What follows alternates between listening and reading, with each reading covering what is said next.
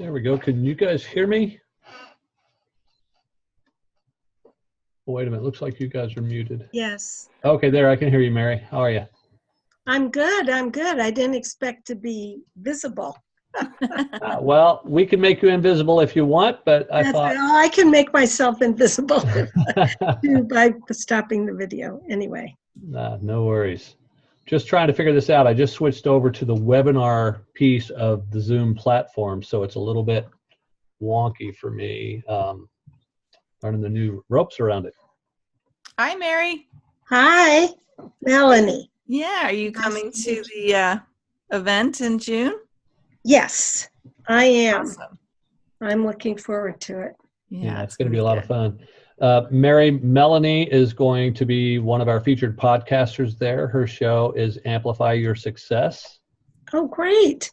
Good. Yeah. So this is our first of these calls, and I don't know how many people are going to join in, so we'll see as more stuff pops up in there. But the idea as well is that I'm going to be recording these, and so they will be made available to the other podcasters who can't be on the calls, but can then watch some of the pitches to see who they might want to interview during the event. Okay. Well, I came on to learn about doing pitches. I'm not sure I'm ready. Okay. But especially since, Michael, I don't know if you remember me from The Big Shift, but I do. My space is kind of unique, so. Yeah, it is. And I think what we should do is this. Why don't we start out with just a real brief training piece from Melanie and I about what we like and what we don't like when we're being pitched podcasts. And typically, quite frankly, Mary, most of the time we're pitched via email. Oh, really? Oh, okay. Well, yeah, I mean, think about it. There are thousands of podcasts out there, and you can't go around trying to meet every person. So you're going to want to pitch yourself via email. Okay. So we want to cover that. And then on occasion, you will have opportunities like this where you will get to meet with someone face-to-face to pitch yourself and see how that goes. So Melanie, if you want to start, what are some of the things that you like? Let's start with email. What are some things that you like in an email, and then some that you maybe don't like? Yeah, well, would it be okay if I just start maybe with a little bit about what the show's about? Oh, right. That would be helpful too. Even better. She's always better at this than I. Yeah, it's not my first rodeo. Yeah. So, Mary, and for everybody listening in, it's really nice to meet with you. I'm super excited about the event. So my name is Melanie Benson. I host a show called Amplify Your Success Podcast. It's on all the big channels. And you can also find it at amplifyyoursuccesspodcast.com. The whole focus of the show is working with people who have an expertise. They want to be an influencer in their space. Maybe they want to impact more people. And so they want to amplify their reach and their income in the process. So I actually have a unique show in the sense that we do a few different things. I like to change it up to give people different experiences, just the way life is. So I do interview people from time to time. Michael was recently a guest on the show. We have a conversation about what is working in their life and in their business, what their expertise is that allows them to help people amplify results.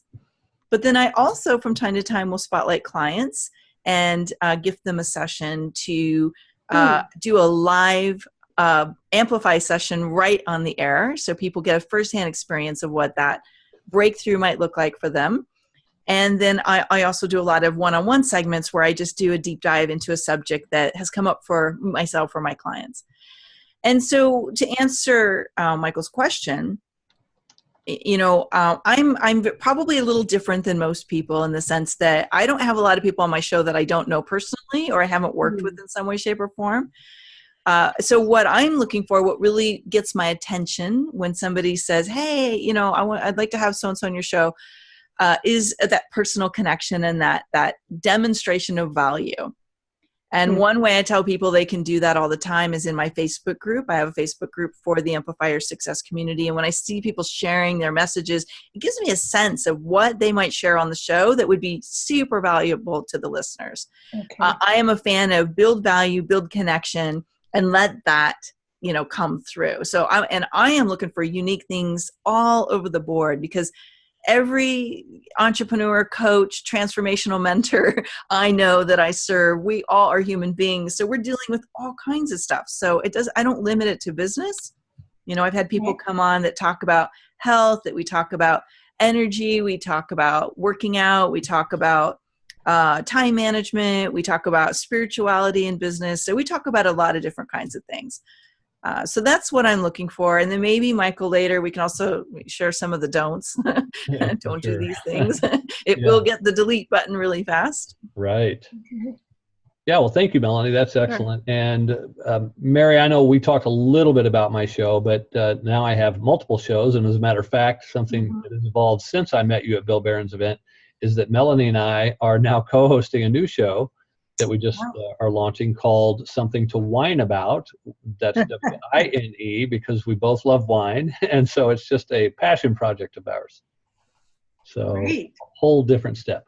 But my main show is Consciously Speaking. And that one, of course, similar to what Melanie's saying, I like to bring in a variety of guests. The only real common thread amongst any of it is how can we bring mindfulness and consciousness to that particular thing? So as an example, yeah, I had Michelle P.W., who you may know in our industry, is an expert in copywriting. But what I love about Michelle is that she brings that conscious element to it. It's love-based copy as opposed to fear and shame-based stuff.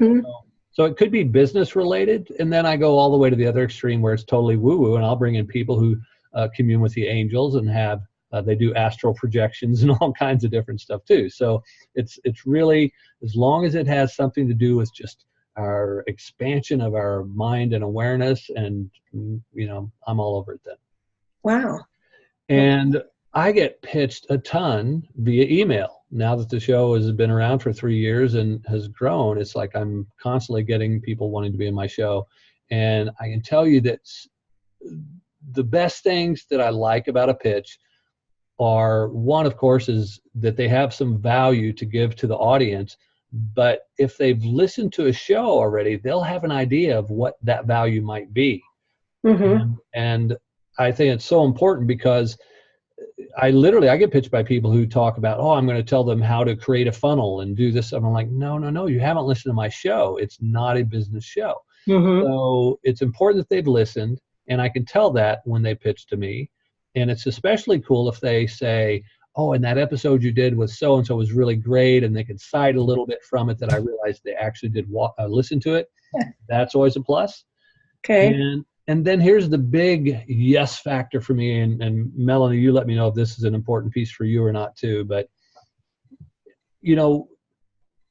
any podcaster who's been doing it for a while is, and is really working on growing their show. We put a lot of sweat into this project, and there's not a lot of money to be made, just generally speaking, from a podcast. It's a lot of heart and soul into it.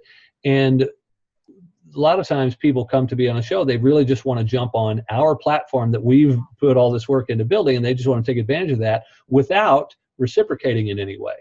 So I love it when someone writes to me and will say, and I have a large social media following. I will promote the heck out of the episode. I'll mail it to my list. I'll tell all my friends. Things like that are important because it shows us as podcasters that, this is great, because you're going to help them to promote that episode at least. And hopefully your people like you will then like the show and stick around. So that's a big plus for me. Yeah. Okay. You just reminded me of some things that I really look for, if you want me to jump in and share a few more things. Well, one thing is, Michael was just mentioning, hey, podcasters, it's like it's an energy that we don't always monetize right away. So some ways to get on big podcast radar, or any of the people who you want to pitch to be on their show during the event. Subscribe to their podcast now, rate it, give them a review after, of course, you've listened to an episode or two. So that when you meet them at the event, you can actually say something that you enjoyed about their show. I will tell you, it melts my heart super fast when somebody says, I loved that show. So I just got pitched to participate in this new network that someone's building. And she won me over literally by saying, Melanie, like, if we could feed your podcast through this new network, she goes, because I love the episode you did on this. And when you were talking about, because I did something on influence boosters. And so she gave me like 4 different episodes, and she's like, I just love the way you do your show. I want more people to listen to it. I'm like, sold, I'm in, right? Yeah. So, you can actually connect with influencers by simply giving that that level of attention and awareness to them, and help them accomplish their goal of getting more subscribers, sharing it, like Michael was saying, on your own social media before you even get on the show. But I pay attention to who actually shares my show once they've been on it. And if they don't actually follow through on it, I notice, and I'm not probably going to have them back, because there's so many people who are begging to be on the show. Like, you know, when they take the time to really follow through and do a good job of sharing it afterwards. So like when I'm a guest on people's show, we put it into our social media rotation, and, you know, we spotlight it, we rotate it through, you know, spotlighting it on my newsletter. So get creative. Think, how can I do a great job of showcasing to my audience I was there? Yeah, Right. absolutely. Absolutely. So those are some of the big yeses for helping you to pitch when you're just generally reaching out to someone. Now, of course, the other value too is, and like what Melanie was saying about listening to someone's show, is after listening to a couple episodes, you'll kind of get a feel for how they are as a host and what they kind of, you know, deliver to their audience and how they do that. And so two things in that. One is, don't try to force it. If you don't feel like what you have is really a fit, don't try to force it. But if what you have is a fit, then approach it from that perspective of, here are some elements that I think would work with your show based on stuff that I've heard. It sounds like this might be of value. That I think is really good too. Yeah. So Melanie, anything you want to add on that piece? Yeah. So we have at times done reach outs, blind reach outs, we call them, or cold reach outs to people I don't know. And here's what worked for us is, so for instance, a couple years ago, we pitched a man named Park Howell, who has the Business of Story podcast. And we reached out and said, we really like the show. He does all these things about how stories influenced your life. And he said, hey, I like what you're about, but I don't know how it quite would fit. So I wrote him another personal email and said, so based on your theme being about stories, what if I taught your audience how the stories about money and success are unconsciously holding them back? He goes, sold.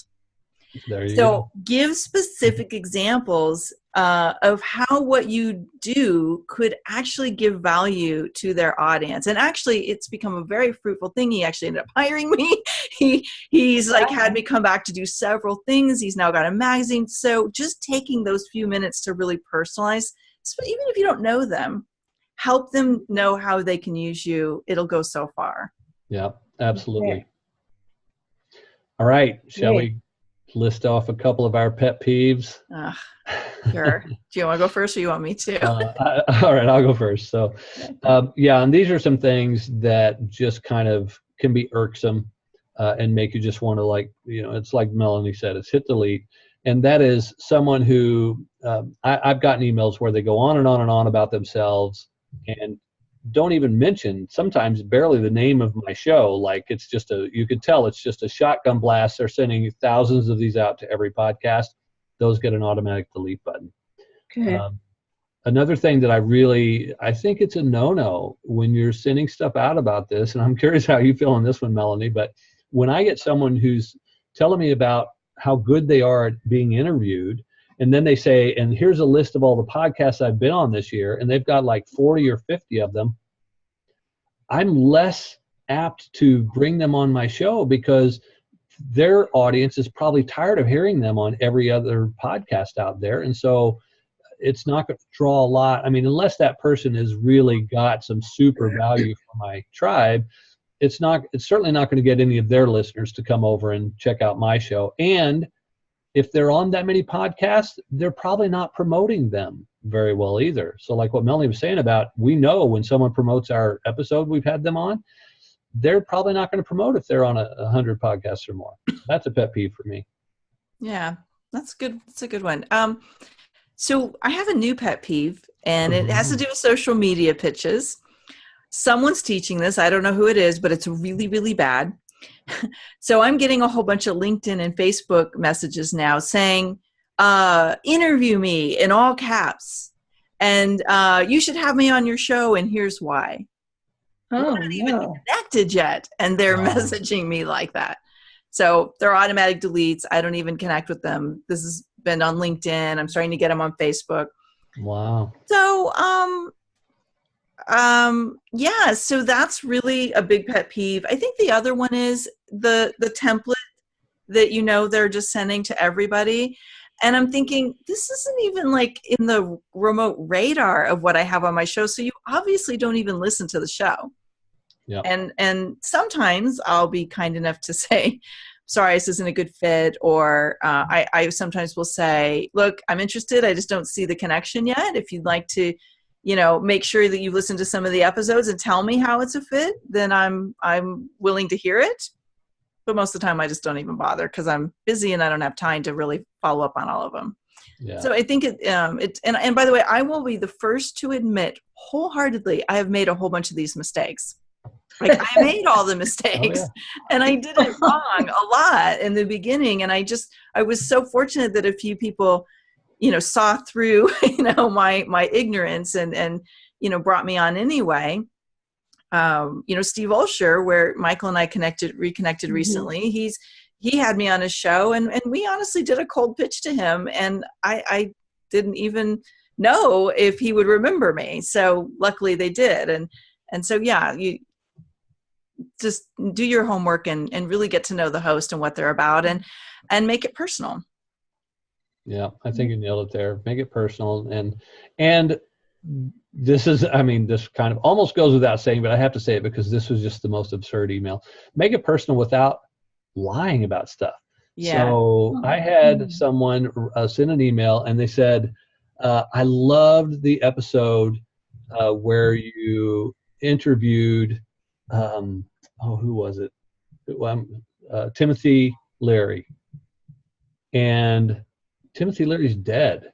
And what I did is I had interviewed the director of a Ram Dass Timothy Leary film, but Timothy Leary's name was part of the title of that episode. Oh. And so had this person listened to it, they would not have said, I really enjoyed your interview with Timothy Leary. So that type of stuff, that was an immediate delete. It's like, come on, you scoured through some titles and you just picked something out of the blue. And so don't ever do that. That's a definite no-no. Yeah. What if we covered some things to do once you get picked to make sure you're a really great guest? Yeah. Brilliant.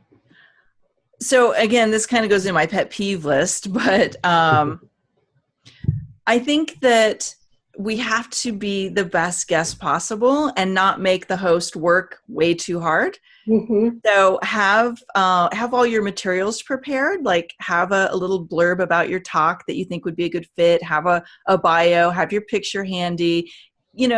Some people don't like questions, some people do, but maybe have a few starter questions in case they don't know you very well.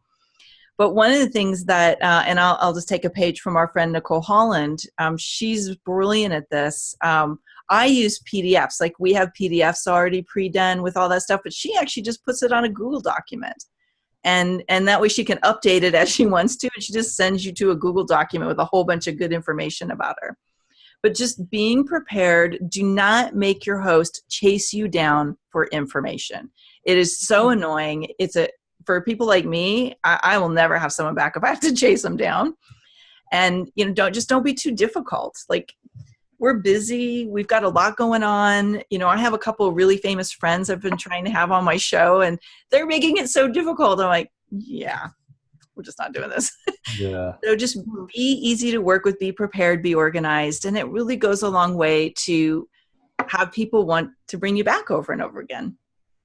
Yeah, it does. Absolutely. And I want to piggyback on that a little bit, Melanie, as well, as the part of tracking people down. The other thing that can be annoying with that too is if you try to explain, like I know that I've explained an initial outreach of an email, or even in my reminder emails, it'll say, this is going to be a Zoom video call and everything. And then I'll get an email the day before, are we going to be on video? And then I've got to take the time to respond to that when I shouldn't have to do that because it's already out there. So yeah, that's part of being a good guest and being guest ready is just be sure that you pay attention to the instructions as you go and follow them along the way, because each podcaster is different. We have different needs in the way we do things. And so, be sure that you're following that. So Good point, Melanie. And I think another thing too, and again, just knowing how busy we are with our own businesses. And so now we're going to showcase you. You don't reschedule at the last minute.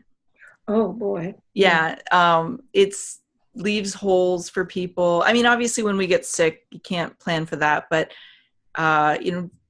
again, goes back to being organized. Get it in your schedule. Make sure you block time for it. Really understand what you're doing. Here's a little trick that not a lot of people do. When somebody is my host and they send me the email with all the instructions, my team copies that and puts it right in the calendar. So I've got whatever the link or phone number, whatever questions they want me to ask, if there's any prep they need, it's all there. So I know exactly what I'm showing up to do. And I don't have to go searching for things. So I'm a little anal about getting organized, as you can tell. It was perfect. And you were a great guest on my show as well. So Thanks. Yeah. So, and it pays off just doing stuff like that. It's and like Melanie said, the host will remember, and we like to have guests back a second time. Yeah. I know, like from our one conversation, Melanie, like, and my show is limited to 30 minutes. It's like, oh, there's so much more that we could have talked about. And so we definitely will do another episode together. Ooh, ooh. Yeah, totally. So what was the topic that this was encapsulated under? Because I think there was something else that had cued me in on, like when you said about how to like, what do you do once you get booked to be being a good guest? Yeah. So there's something about that's super important to me. And again, if you listen to someone's show in advance, you will know these things. So you won't even really have to ask if you start to listen to a few shows. And for me, my show is very conversational. I don't even have any scripted questions, although season 1 I did. It was very scripted with my head set of questions I had to get through. Season 2, it loosened up a little bit. Season 3, it's like they're out the window entirely. And so knowing that my show is more of a conscious conversation, less of an interview, and I even tell people that, it's like, I'm not here to dig into your history and your life story, but to have a conversation about a topic that's in your wheelhouse that we will dig into on a conscious level. That's very different than some interview styles. And so with that, it means it's very important to not, like, and I will ask questions, of course, inevitably, but if I ask a question, it doesn't mean go off on an 18 to 20 minute diatribe about something. It's a conversation, so keep it back and forth. Yeah. I always tell people, don't turn a question into a 20-minute monologue. Yep. Because it's boring to the listener, and it's also annoying to the host. There is something about the dance between the host and the guest that it pulls people in and makes them want to listen. So as the guest, be able to expand enough that people understand, but don't spend so much time on it that you've kind of railroaded the thing into your own complete presentation. And it's kind of like you build that muscle after you do a few. I've probably done about 500, by now. Yes. And you kind of know what the dance is with the host. You start to get to know their style very quickly. And are they a short, pithy, get right to the point person because you've only got 20 minutes? Like, I've been on shows where you literally have 12 minutes. So you got to make your point in 30-second like sound bites. And then there are people who they want you to expand and they're willing to go a little bit longer if you're really in a meaty dialogue. But just you gotta know what the host needs and wants. Yeah, absolutely. And it all goes back to, again, there is listening to some episodes. And I recommend, of course, it'd be great if you went through and listened to my entire archive. But if you at least listen to the last 5 episodes, you'll know where the movement is currently. Okay. Yeah. Okay. Yeah, and I think we're going to get into this at the event, Michael, but just something else that I find makes a really good guest is when you've got sound bites that draw people in. Yes. Some people call them anchoring statements. When I teach people about building a signature talk, I call them sound bites. Like, it's a hook that you pull people in with a combination of words that you say often, because it's basically an anchor for your particular process or your work. And I think it's what makes some of the interviews really stand out is somebody who has been able to craft a few of those and use them well in a story and give a demonstration of them, but not do them so much it feels like a sales pitch, but just really like having a few signature sound bites that really make you stand out. Could you give me an example or two? Yeah. So like if I'm doing a money mindset talk, I talk about sneaky saboteurs. So someone will say, so how come people, don't they're not able to really create more income in their business. And so, well, oftentimes people are dealing with what I call sneaky success saboteurs. And there's 3 of them. Okay. That's my hook. Or I might talk about, sometimes I'll be talking about productivity or how success strategies. And so I might use a quote like, everything you say yes to means you're saying no to something else. So that's something you go back 18 years, you will hear me say that in interviews for like 18 years. Does that give you a couple examples? Yeah, it does. That's awesome. Let's see some of the other things that guests, being a good guest on a show. You know what else is really appealing to me, and I don't know if this is the same for you, Melanie, but I like it when the guest will ask me questions. Because again, my show is about a conversation, and that's the way when we're naturally talking with someone, we're interested in each other's thoughts on a topic. And so I really appreciate that, and I think that makes for a better podcast too. So yeah, I love that. And I will actually do that a lot as a guest. So when I'm explaining something, I'll say, so tell me how this might work for you. Like I'll try to create that back and forth if I think the host is game. Some people are just in autopilot and they're just like, let's just get through the questions. Right. I can tell very quickly when someone's like not in the right space for that. But yeah, I think that's a great idea. Yeah. And you're right. There are some podcasters who they have their list of questions and they have to get through them on a timely basis. So yeah. And I will just say, and maybe this is an overarching comment, have fun. It's like you can tell when this is a painful interview. And I've had a couple, which is why I pretty much only interview people I know or have had some kind of an experience of. If you're not having fun, like it's painful to listen to. Yeah. So just drop into your heart, share your best gifts and have fun with your host. And I'll tease my host, right? Like, or I'll kind of create a little bit of banter because people like that. They want to have fun. They want to listen to something that keeps them inspired. Yeah, totally. Yeah. Just don't pick on me. Don't diss the host. Yeah. All right. Let's see what I'm wondering about. Like, should we move into some elements of live pitch stuff? Typically, what I think is important for a live pitch, and you'll probably, you certainly run into some opportunities when you're at any live event. And I would say, because Mary, you and I met at a live event, when you are there and you meet a podcaster, I think it's important to have what I would consider like your elevator pitch. Okay. Maybe have that dialed down to 2 minutes or less, maybe even a 1 minute version of what you do. And typically, as with anybody, entrepreneurial world especially, is try to not talk as much about what you do as much as about the results. The results. Yeah.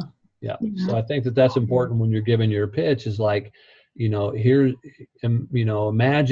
your listeners being able to get through their money saboteurs real quickly, something like that could be something where then the listener, then they can ask you, well, how do you do that? Leave that to the person questioning you. But as soon as you hit with results, that's going to draw somebody in. And then they go, really? How can you do that? Because I think, Melanie, you met the person who's created Nameology, Sharon. So she analyzes people by their names. And so even just telling that, saying like, well, yeah, I can tell someone about their whole lifestyle and history and personality just by their name. And then I'm like, really? How the heck do you do that? And so then it leads to the question. So that's a big for me. Melanie? I don't know if I have anything unique to stand out from what you just said. That was pretty comprehensive. Okay. Oh, you know what? Actually, maybe I do. I think we've seen this happen at events where we feel so like it's so important to get it right. I got to get the words right. I got to say it in a certain way. But just know what you want people to know about you, and maybe have some talking points, but let it kind of flow through you.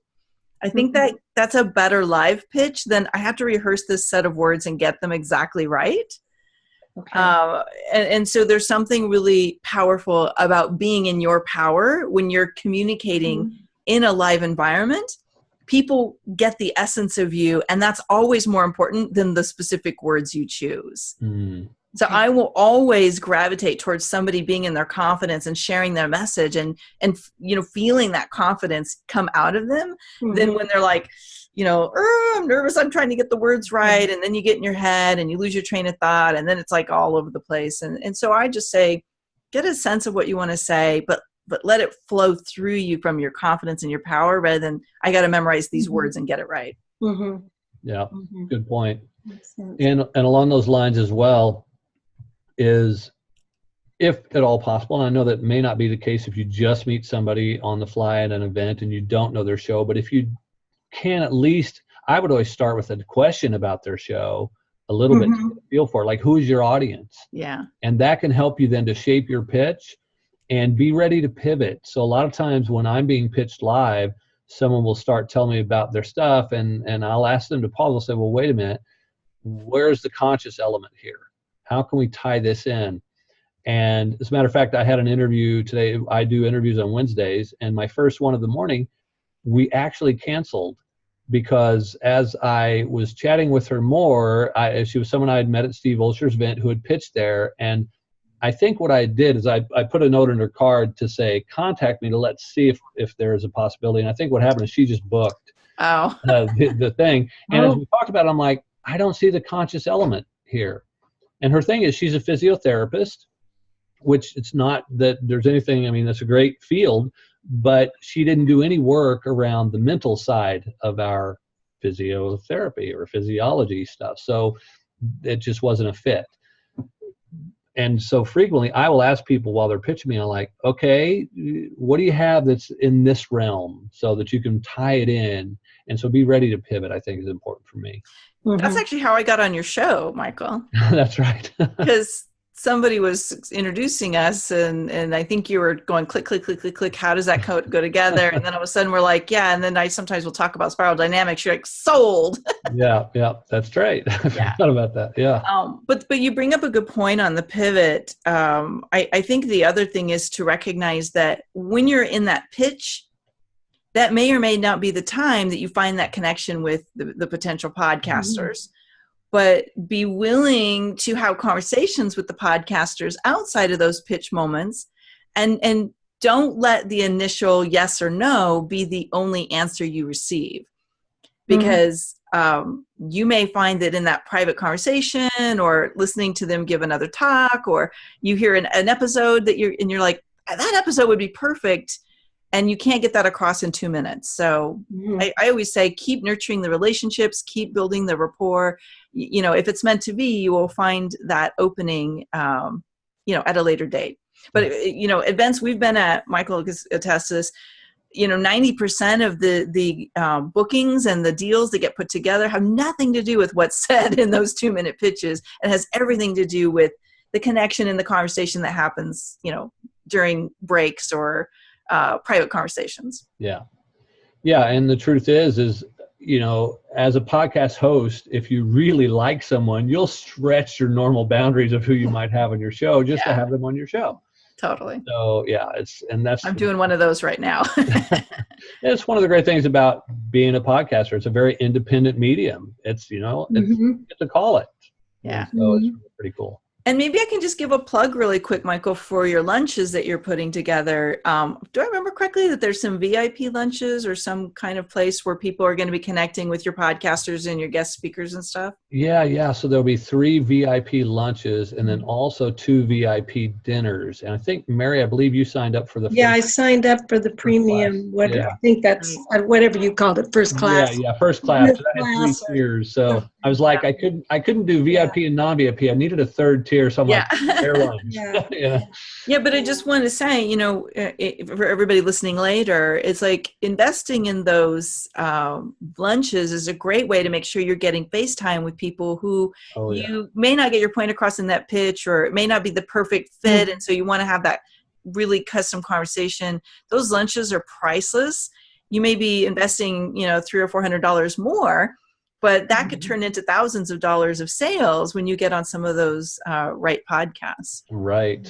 And all of the podcasters will be there at the lunches and the dinners. And so, as well as the other expert speakers I have that I'm bringing in. And so, yeah, That's great. I gotta say, well, truth be told, I mean, that's where the action happens at a lot of events. I mean, not that my event isn't going to be great in and of itself, but there's a lot of stuff happens. Melanie and I formed our new podcast over dinner. We were just out to dinner one of the evenings at a live event. And, I just tossed out, I've been wanting to do a wine podcast, and like, boom, she's like in, and I'm like, a match made in heaven. And so all at a dinner at an event. So, Well, I wouldn't be here if it wasn't for us meeting at that event, Michael. That's true. And then turns out that my coach, Cindy, knows you, and she was down at Steve Olsher's. Oh, Cindy Schulzen? Yeah. I didn't know she was your coach. Awesome. Yeah, that's been my marketing coach for 3 years. Nice. So Nice. I'm just still in transition. That's my word for the year, from in-person consulting and coaching to more online training and coaching via Zoom versus having to drive, too far now that I live in a different area. So well, it's the way to go. It's all very new, but I just appreciate so much you're sharing all this wisdom. I hear a lot in what you're sharing about connection and authenticity and alignment. I mean, I can't imagine spending time and energy on something that doesn't fit all that for anybody. Exactly. Anybody. So I think one of my challenges is figuring out, I have deep expertise in one area, but I've been around a long time, and I have other dimensions that, you both, when you talk about consciousness, I've started to integrate mindset as a concept in my training for boards and executives, because it's so critical. But it's not something people talk very much about in my space and the expertise where I am, but it's personally very relevant to me, and as a leader it was very relevant to me, and as a coach it's very relevant to my clients. And so I'm just figuring out, how do I integrate that so my spiritual side is not totally separate. I don't have too much of a religious side, but a spiritual side, in my belief in whatever you want to call it, like my consciousness practices, or how do I integrate that into my more business organizational development teaching and strategies and things in a way that is authentic and isn't, and it resonates with people.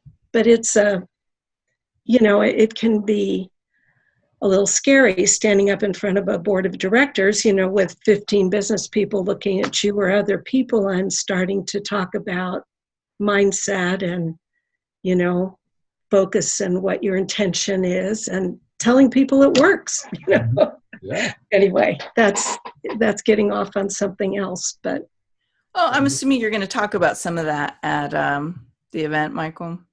Yeah, absolutely. There'll be a lot of stuff on the whole mindset piece. As a matter of fact, it's, I'm really trying to plug it more as a transformational business event, because we all know it's the same thing with like weight loss. Anybody carrying an extra 10 or 15 pounds, we know how to get rid of it. It's the mindset that stops us. And it's the same thing in business. We know what we need to do, and if we don't, the knowledge is easily accessible. It's getting beyond our own stories and our other stuff to really make it happen. Right. This kind of reminded me, though, of another way to be a good guest. Is it okay to go back to that for a second? Please. So, you're bringing up something, Mary, that so many people, a lot of my clients face this, and that is there's the person they've been, and then the person they're becoming, and then there's this big gap in between the two worlds, and we don't feel like we can integrate all these parts of us. And one of the things that being a good guest means is that you create a need for what you do. And so sometimes it's like being the good guest means that you have a series of questions and or facts that meet the guest or meet the audience where they are in their reality, but then opens up these doors to where you want them to go if they're going to be interested in you and your work. Does that make sense? Mm-hmm. So, instead of like, I don't know how to talk about, this consciousness and these spiritual principles to a board of advisors, what are the pain points that they have? And as a guest, you can ask those questions of them that opens those doors. And so that's another way to be an amazing guest, is take people on a journey they didn't even know they needed to go on, but now you've woken something up in them, and now they want to know more because you just poked the bear, right? So just another little insight on being a good guest and how you can create a juicy pitch is, create some compelling questions that you would share with the host that might wake something up for their audience. I love that. Is it okay? I have a question. Please, yeah. So when you talk about people marketing or selling or things, I mean, I never really imagined that you would be, you're making a connection maybe with people who want to learn more about you after, but you're not pitching your stuff on a podcast, are you? Oh, maybe you should clarify what you mean by the pitch, Michael. You mean the pitch? Well, I don't mean the pitch right? to you as a podcaster, but I meant marketing anything for me if I'm on a podcast versus just being a guest. Yeah, so information. There's a variety of ways in this. So I'll cover a couple that I know, and then Melanie, if I miss anything, you can let me know as well. There are podcasters that I know who the way they make their money is everybody they bring on their show, they have an affiliate relationship set up. Okay. And they want that person to pitch their product and sell it, because then they're going to make money on those sales. So that's one version of it. Now, there are others who don't mind you coming on and talking about something that you do and then adding a little thing. So like even when I was on Melanie's show, we talked about my live event. So, it's part of it was it. And the whole show is not a pitch. It's not an info. No, I wouldn't think so. Yeah. But or you could give something away maybe, or have a. Yeah, exactly. And that's not uncommon to have what I would consider a lead magnet. And I think before you go on any podcast, it's one of the things I teach all of my students is have good, strong lead magnets, at least 2 or 3 that you can finesse to the particular audience of that host and have that ready to give away. I don't know any podcaster out there who wouldn't mind you giving their audience something for free. So I'm open to your thoughts on this as well, Melanie. What do you think? Yeah, I actually don't let people sell anything on my podcast. So I don't mind someone mentioning something, then and referring to something coming up they're excited about, but I don't let people sell. But I do encourage my guests to, have a resource or a gift or a call to action that allows somebody to go and connect with them deeper. And I've interviewed a couple people lately. I was shocked they didn't have a freebie. I was like, how do you not have something free to have on the show? Because I think we actually miss a really great opportunity to connect deeper with, a potential audience. Yeah. So have some way for someone to go, yes, Mary, I want to learn more about this. Go take my quiz or the 7-step blueprint or whatever it's going to be. Okay, thank you. That's helpful. Yeah, no worries. So, any other questions? Can't think of anything. Are you the podcasters whose names you sent out in the email? Like, I'm just thinking that I would probably want to listen as much as I can squeeze in before I come down. Is that everybody or? That is, I think I listed 9. There should something like that. Yeah. So that is the 9 that we have right now. I mean, if another one, I did have a 10th, but he had to drop out at the last minute because of he's having a baby. And what excuse is that? Yeah, exactly. I mean, he was going to try to cram it all in and then have the baby, because the baby's like the month later, but he's like, I probably should be at home. I'm like, yeah. You probably should. Yeah. But who knows? We may get another podcaster or 2 who will jump on board with this. But right now, it's those 9.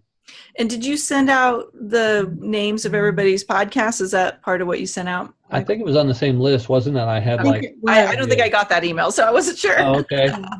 Yeah. You should have. Yeah, I'll have to double check if you didn't get it. I'll try to get that in. Plus I have a bunch of ones that I've identified sort of before this event based on Cindy's experience. Perfect.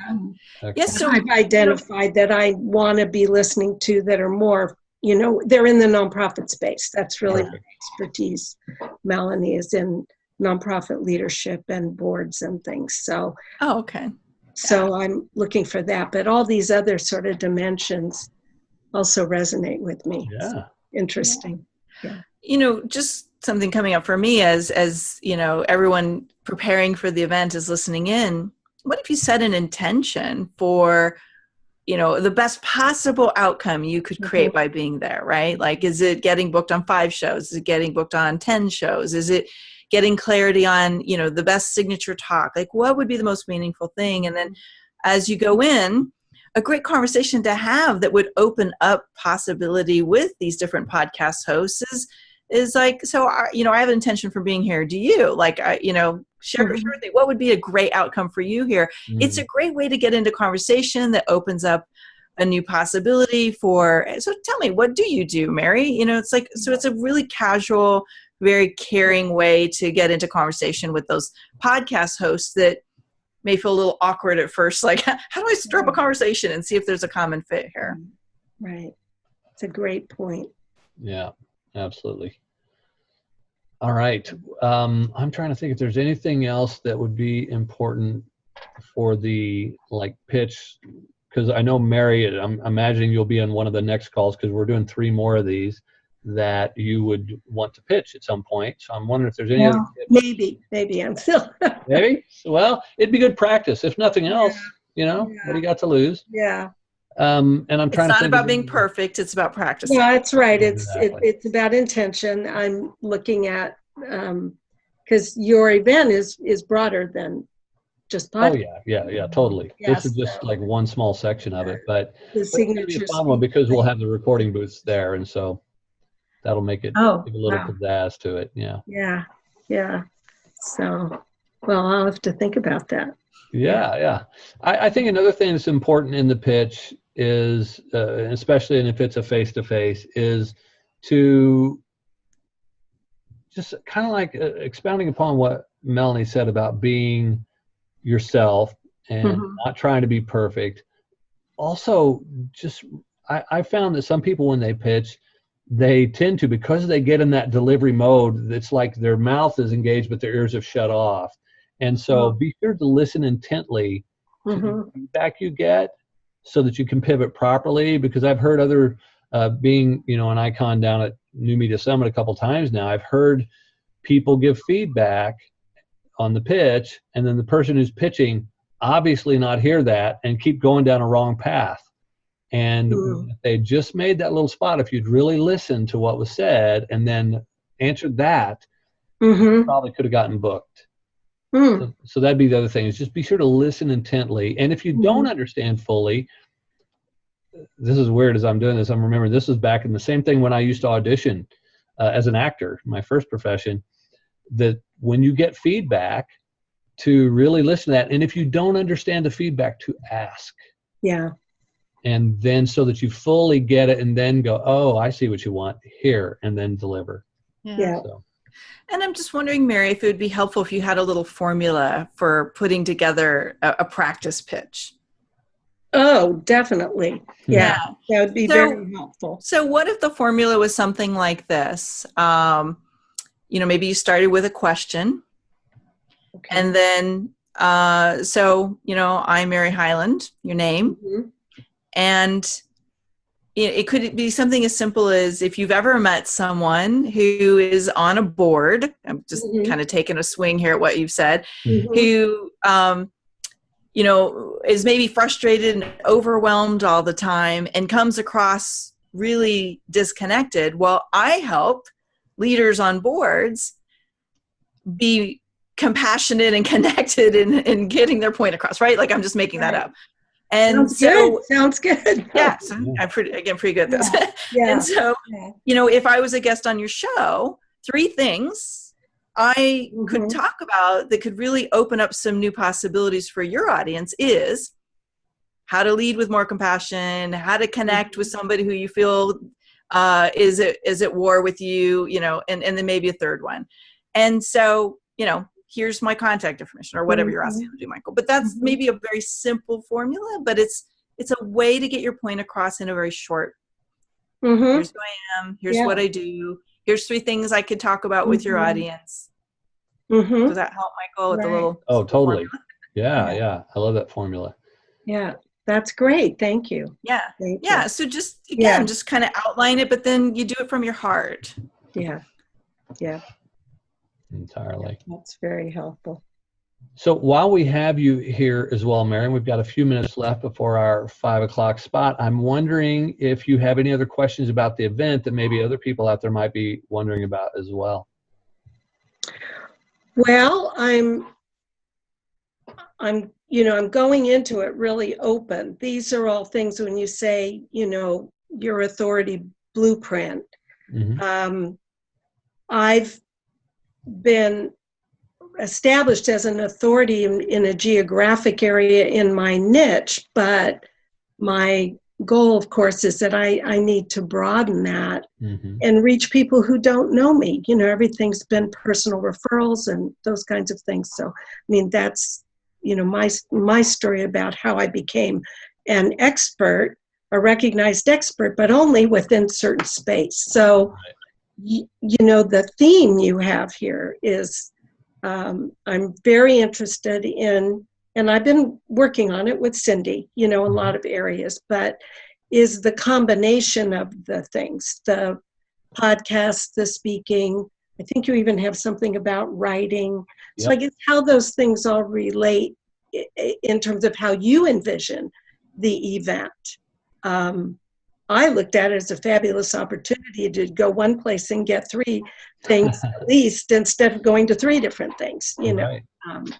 So I'd like to hear your comments about your vision for the event and what you hope is going to happen for people and, what you'd like to absolutely have us get from it. For sure. Well, what I'm going to be teaching are what I consider the 4 foundational pillars of authority, which are podcasting, virtual summits, speaking from stage, and authoring your own book.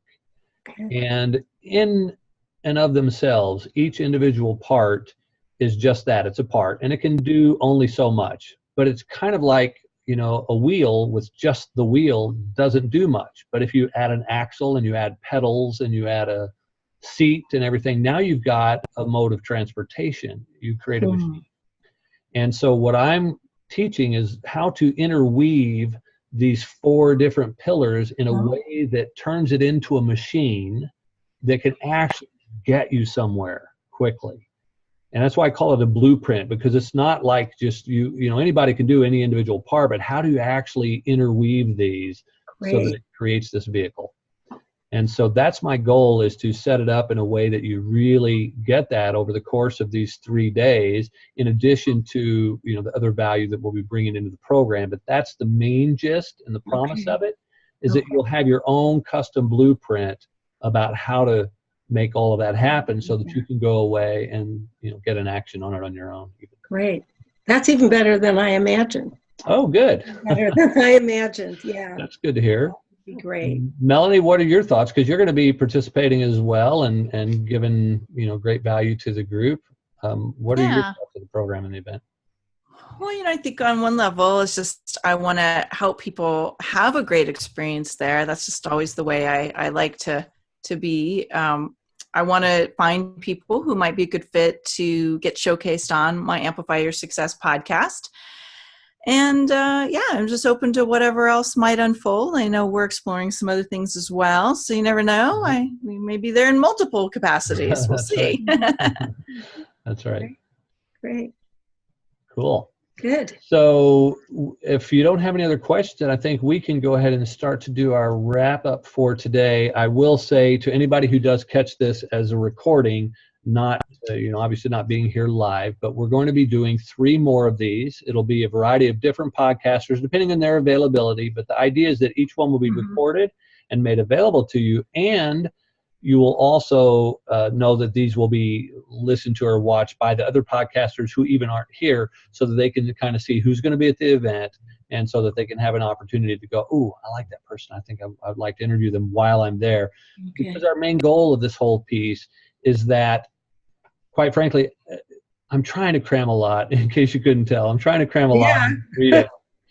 And so I don't want to have a lot of that time there being spent figuring out, oh, am I right for your podcast or not? The more we can kind of get that dialed in, because the podcaster is going to have short little bits in which to do these interviews. And so we also don't want to, and I'm sure Melanie would appreciate this, I don't want to use up every bit of your break time having you doing interviews and stuff. So we're going to schedule it in advance so that there's ease and flow around it. So that's part of the goal of these as well.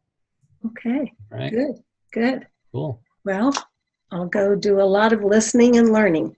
Excellent. I'm excited. And hopefully you'll join us for the next of these calls. And I will if I can, depending on my schedule, but I'll definitely listen to the recordings if I can't be there. Perfect. And we'll get the reminders out to you as well so that you know when they're coming up. Thank you very much. All right. Oh, it's an absolute pleasure. Melanie, do you want to say anything before we go? I'm looking forward to meeting you, and sounds like you could potentially be a fit for my podcast. So let's see how that goes. And thanks for having me on. I'm looking forward to being there. Good. Thank you both very much. I really appreciate it. All righty. I'm going to go and leave you on your own. Okay. Right. Thank you. Bye, guys. Thanks, Melanie. Bye.